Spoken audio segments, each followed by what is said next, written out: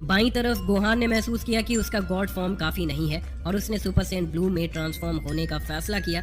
उसकी ताकत तेजी से बढ़ने लगी। अभी वो वेजिटा के बराबर नहीं था, लेकिन काफी करीब था। उसने आसानी से ट्रांसफॉर्म किया और उसकी की से एमिटिंग फोर्स इतनी थी कि सराउंडिंग एरिया को डिस्ट्रॉय करने के लिए काफी थी। गोहान ने ऑलरेडी सुपर सैयन ब्लू का मास्टरी हासिल कर लिया था, लेकिन उसने गोकू की सलाह को फॉलो करने का फैसला किया कि वो हमेशा अपोनेंट की ताकत जानने की कोशिश करे। अपने वीकेस्ट ट्रांसफॉर्मेशन के अगेंस्ट उनकी ताकत को टेस्ट करके गोहान एक बीस्ट था, जबकि गोकू और ब्रॉली साइड से देख रहे थे। उन्हें महसूस हो रहा था कि उन्हें फाइट में इंटरफेयर करने की जरूरत नहीं है। सबके लिए अनजाने में उन्होंने सीक्रेटली एंजल्स पर नजर रखी थी, जस्ट इन केस उन्होंने कुछ करने का फैसला किया तो। ये पहली बार था जब हम वेजिटा को गोहान के साथ मिलकर काम करते हुए देख रहे थे। उसने सीक्रेटली गोहान को सिग्नल दिया, उसे बताने के लिए कि अब उन्हें कॉम्बो अटैक करना है, जो उन्होंने टाइम रूम में ट्रेनिंग के दौरान प्रैक्टिस किया था। एक हाथ से वेजिटा ने रूमशी को हवा में उछाल दिया और गोहान समझ गया कि उसका असाइनमेंट क्या है। पॉइंट ब्लैंक प्रिसीजन के साथ उसने रूमशी के चेहरे पर अपना सिग्नेचर ब्लास्ट मार दिया, जिससे वो लिकर के साथ जमीन पर गिर गया। कोई देर ना करते हुए वेजिटा अपने फाइनल फ्लैश का इस्तेमाल करने के लिए तैयार था। ये कॉम्बो अटैक परफेक्ट था, क्योंकि इसने गॉड्स को अपनी एनर्जी रिस्टोर करने का एक भी सेकंड नहीं दिया। जैसे ही वेजिटा दोनों गॉड्स को स्ट्रेटोस्फेयर में ब्लास्ट करने वाला था, हेल्पलेसली लिकर ने धीरे से बोला, कॉर्न मेरी मदद करो। कॉर्न ने लाइटनिंग स्पीड से एक्शन में कूद गया और वो टॉल खड़ा हुआ, अपने पीछे लिकर और रूमशी को बचाते हुए। कॉर्न ने इंटरवीन किया, लेकिन ये सेंटिमेंट की वजह से नहीं था। उसकी रिस्पॉन्सिबिलिटीज अपने गॉड की जरूरतें पूरी करना शामिल था। उसने इसीलिए नहीं इंटरवीन किया क्योंकि लिकर ने कहा था, लेकिन जब उसने लिकर के इंटरनल थॉट सुना तब उसने तेजी से मूव किया। ये एंजल की नियम का उल्लंघन नहीं था, क्योंकि ये कोई ऑफिशियल ड्यूअल नहीं था, इसीलिए कौन से एक्सपेक्ट किया गया था कि वो अपनी ड्यूटीज को सबसे पहले रखे। वेजिटा को हैरानी हुई, लेकिन उसने अपना दामन नहीं रोका। उसने अपनी अटैक को गॉड्स और कॉर्न की तरफ लॉन्च किया। वेजिटा का अल्ट्रा ईगो फॉर्म फॉर्मिडेबल था, लेकिन एक एंजल के सामने ये कुछ नहीं था। कॉर्न अपने स्टाफ का इस्तेमाल करके एक पोर्टल खोलने में सफल रहा, जिससे उसने ब्लास्ट को एक अलग डायमेंशन में भेज दिया। ये कॉर्न का लड़ने का समय था, जब वो एंजल्स द्वारा डेवलप की गई फाइटिंग पोजीशन में खड़ा हुआ। सिचुएशन कंट्रोल से बाहर होती जा रही थी और गोकू ने महसूस किया कि वो अब और साइड से नहीं देख सकता। ब्रॉली से कहने के बाद कि वो कुसू पर नजर रखे, गोकू आसमान से गिरा और वेजिटा के पास लैंड किया। लिकर अप डाउन हो चुका था, उसे कुछ वक्त रेस्ट करना था और अपनी स्टेमिना वापस पानी थी। ये जानकर रूमशी और कॉर्न ने डिसाइड किया कि वो सेयन से खुद लड़ेंगे। ये जानकर कि कॉर्न एक एंजल है और उसकी तरफ से लड़ रहा है, रूमशी अपना कॉन्फिडेंस वापस पाने लगा। वेजिटा चिंतित था, लेकिन वो लड़ाई से भागने वाला नहीं था, इसलिए उसने अपना गार्ड उठाया, लड़ने के लिए तैयार होते हुए। अपने अंदर की आवाज में उसने खुद से मटर किया, इन गॉड्स को हराना मेरे जैसे के लिए एक सिंपल फीट है, लेकिन एक एंजल से लड़ना थोड़ा मुश्किल हो सकता है। हम शायद ट्रबल में हैं। मुझे समझ आया है कि एंजल्स हर तरह से गॉड से सिग्निफिकेंटली स्ट्रॉन्गर और सुपीरियर होते हैं। मेरा अल्ट्रा ईगो फॉर्म शायद उसे रोकने के लिए काफी नहीं होगा। अपने शरीर पर अपने ट्रू अल्ट्रा इंस्टिंक्ट की ऑरा चढ़ाए हुए कॉर्न ने कहा, मैं अब ये स्टाफ वापस ले रहा हूँ। गोकू, मैं तुम्हें एंजल्स का नाम खराब करने नहीं दूंगा। मुझे नहीं पता कैसे वेस का स्टाफ तुम्हारे पास आया, लेकिन अब इसे वापस लेने का वक्त है। गोकू डिवाइन एंजल की बातों से बिल्कुल फेज्ड नहीं हुआ। उसने हंसकर बोला, वापस? तुम कैसे कुछ वापस ले सकते हो जो मेरे पास है? ये स्टाफ मुझे वीज ने दिया था, जब उसे गलत तरीके से मिटा दिया गया था, अपने बिलीव्स के लिए स्टैंड लेने के लिए। सुनो एंजल, मुझे तुम्हारी ताकत पर डाउट नहीं है, लेकिन ये मत समझो कि तुम हमसे ऊपर हो। हमने 100 साल से ज्यादा ट्रेनिंग की है और इस वक्त में हमने नए टेक्निक्स मास्टर और डेवलप किए हैं। मैं सजेस्ट करता हूँ कि तुम अपने फादर के पास भाग जाओ, वरना मैं गुस्सा हो जाऊंगा। कौन गुस्से में था? उसका चेहरा बिना किसी इमोशन के था और वो लड़ने के लिए तैयार था। रूमशी ने कॉन्फिडेंस के साथ देखा, जैसे वो भी तेजी से अपने पैरों पर खड़ा हो गया, जब उसकी पूरी बॉडी पर गॉड्स की पर्पल ऑरा छाई हुई थी। उसने कहा, चलो सेयंस, असली लड़ाई अब शुरू होती है। कॉर्न ने महसूस किया कि सेयंस की एबिलिटी उनकी एनर्जी को और बढ़ा रही है और उसकी ताकत हर सेकंड बढ़ रही थी। उसकी की लिकर के प्लैनेट्स पर रहने वाले क्रिएचर्स के लिए बिल्कुल स्टिफलिंग हो रही थी। कॉर्न सिर्फ 30% अपनी अटैक ताकत छोड़ पाया, क्योंकि अपनी फुल स्ट्रेंथ रिवील करने से उसका पूरा प्लैनेट डिस्ट्रॉय हो जाएगा। बड़ी तेजी से एंजल सेयंस की तरफ चार्ज हुआ। रूमशी भी उसके पीछे था।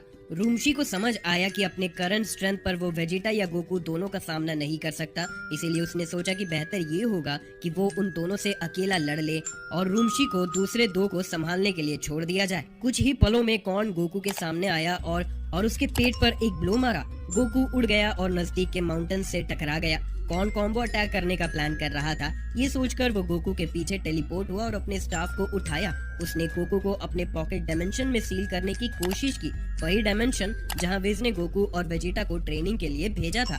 वेजिटा की सेंसेस टिंगल होने लगी। उसे नहीं पता था कि क्या होने वाला है, उसने सिर्फ इतना जाना कि गोकू बड़े ट्रबल में है। बड़ी तेजी से वेजिटा कॉर्न की तरफ चार्ज हुआ, ये सोचकर कि वो एंजल क्या करने वाला है और वो उसे रोक सकेगा या नहीं। जब उसने महसूस किया कि अपने करंट स्पीड से वो टाइम पर नहीं पहुंच पाएगा, तब एक आइडिया उसके दिमाग में आया। उसने याद किया कि उसने कुछ दिन पहले एक एनिमे देखा था। दोनों हाथ उसके पीछे रखे जैसे उसने एनिमे में देखा था। उसने दोनों हाथों से बीम्स फायर किए। इस तरह उसने अपनी ओवरऑल स्पीड बढ़ाकर आगे बढ़ा। उसकी कोशिश रंग लाई और वो कॉर्न के स्टाफ को पकड़ने में सफल रहा। एंजल के गोकू पर होने वाले इनिशियल अटैक को रोक दिया, लेकिन ये एक बेकार का डिसीजन साबित हुआ क्योंकि वेजिटा स्टाफ को छोड़ नहीं पाया। उसकी डिस्ट्रक्शन एनर्जी स्टाफ के अंदर सक हो रही थी और फिर वो लिकर में ट्रांसफर हो गई। बेवकूफ सैयन, कौन बोला, ऐसा लगता है कि मेरे भाई ने तुम्हें एंजल्स की ताकत के बारे में बताया ही नहीं। अगर एक मोर्टल एक एंजल के स्टाफ को लेने की कोशिश करता है तो वो तुरंत अपनी लाइफ एनर्जी से ड्रेन्ड हो जाएगा। हमारे पास ये एनर्जी ट्रांसफर करने की भी एबिलिटी है, जिसे चाहे उसे ट्रांसफर कर सकते हैं, बिल्कुल तुम्हारे स्पिरिट फिशिंग की तरह। वेजिटा तेजी से एनर्जी खो रहा था। उसकी पर्पल ऑरा धुंधली होने लगी और सिर्फ एक सुपर सेन तक गिर गया। उसका स्पिरिट फिशिंग जैसे इंटेंडेड था वैसे काम नहीं कर रहा था क्योंकि वो बहुत डैमेज ले रहा था। वेजिटा हेल्पलेसली खुद को फ्री करने की कोशिश कर रहा था, लेकिन वो ऑलमोस्ट कम्प्लीटली ड्रेन्ड हो चुका था। गोकू जो अब अपने सेंसेस वापस पा चुका था, उसने महसूस किया कि वेजिटा मुश्किल में है। कॉर्न की ताकत से अवेयर होते हुए गोकू ने अपने perfected super Sen blue form में ट्रांसफॉर्म किया। दूर से उसने की ब्लास्ट की एक सीरीज फायर की जो एंजल कॉर्न की तरफ गई। कॉर्न ने ये देखा और कॉन्फिडेंस के साथ खड़ा रहा, हर एक ब्लास्ट को सीधा अपने पर लगने दिया। कॉर्न को पूरा विश्वास था कि गोकू का ये छोटा सा पावर डिस्प्ले उसे हर्ट नहीं कर सकता, और वो सही था। जब स्मोक सेटल हुआ तो हमने देखा कि एंजल मजबूत खड़ा रहा, अनफेज्ड और अनडैमेज्ड। गोकू हैरान नहीं हुआ क्योंकि उसने पहले ही जान लिया था कि उसका अटैक कॉर्न को हर्ट नहीं करने वाला। गोकू के पास एक और प्लान था। अब वो फाइनली अपने दिमाग का इस्तेमाल कर रहा था। उसे पता था कि उसका अटैक कॉर्न पर असर नहीं करेगा, लेकिन उसने ये फिर भी किया। वो स्टाफ के ऑटोमेटिक सेल्फ डिफेंस का इंतजार कर रहा था, जो एक्टिवेट होगा जब स्टाफ को खुद को डिफेंड करना होगा। वीज से थोड़ी सी ताकत लेकर गोकू का स्टाफ की ज्यादातर एबिलिटीज के बारे में पता था और ये उनमें से एक थी। ये काम करेगा, गोकू बोला। मेरे पास भी एक स्टाफ है, तो मुझे पता है कि ये स्टाफ क्या क्या कर सकता है। उसने ये एक्सप्लेन किया कि जब भी विल्डर खतरे में होता है तो स्टाफ अपनी स्टोर्ड पावर का ज्यादा हिस्सा किसी भी इनकमिंग एनर्जी के अटैक्स को डिफेंड करने के लिए फोकस करेगा। मैं काफी इम्प्रेस्ड हूँ, कॉर्न ने बोला। मुझे नहीं लगा था कि तुम एंजल्स के बारे में इतना जानते हो, इस वजह से तुम्हें मारना पड़ेगा। लेकिन तुम एक जरूरी बात भूल गए, ये एबिलिटी सिर्फ तब एक्टिवेट होती है जब बिल्डर एक एंजल हो। इसका मतलब ये है कि ये तुम्हें प्रोटेक्ट नहीं करेगी, बेवकूफ सैयन।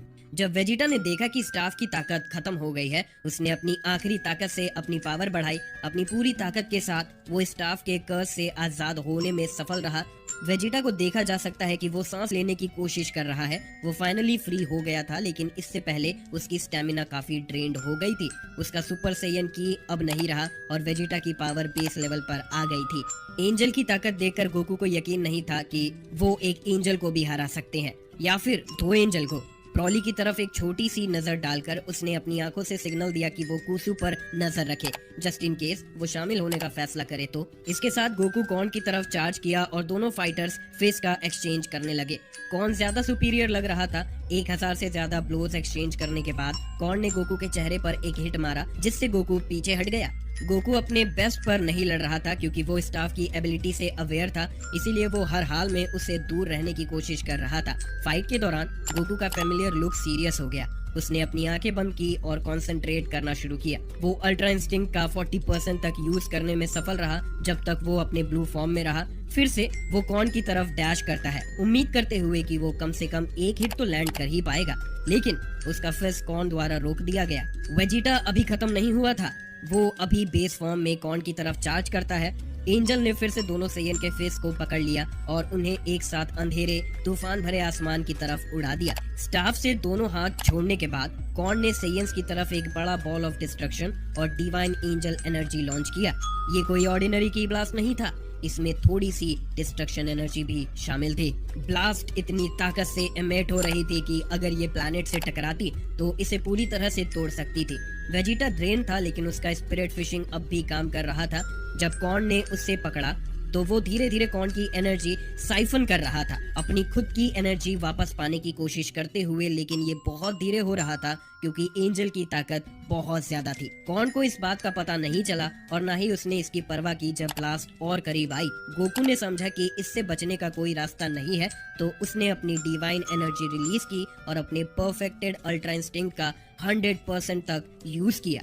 ब्रॉली, जो साइड से सब कुछ देख रहा था, उसने समझा कि सेयंस अब एक बड़ा खतरा फेस कर रहे हैं। उसने हेल्प करने की जरूरत महसूस की और ब्लास्ट को रोकने के लिए चार्ज किया। लेकिन कुसु, जो हमेशा शांत थी, उसने सेयन को रोकने के लिए उसके पास आ गई। अपने स्टाफ की मदद से उसने एक ट्रांसपोर्टेशन पोर्टल बनाया और उसमें से गुजर गई, ब्रॉली के सामने आ गई। एक फिंगर फ्लिक से उसने ब्रॉली के माथे पर मारा, जिससे वो नजदीक के माउंटेन्स में टकरा कर गिर गया। मैं अपने दुनिया को डिस्ट्रॉय होने नहीं दूंगा, गोकू बोला। उसने पूरी ताकत से कामेहामेहा कॉर्न की तरफ लॉन्च किया। दोनों ब्लास्ट टकरा गए, जिससे मल्टीवर्स में शॉक वेव क्रिएट हुई। गोकू के लिए ये एक स्ट्रगल लग रहा था, जबकि कॉर्न के लिए ये सिर्फ एक छोटी सी चैलेंज थी।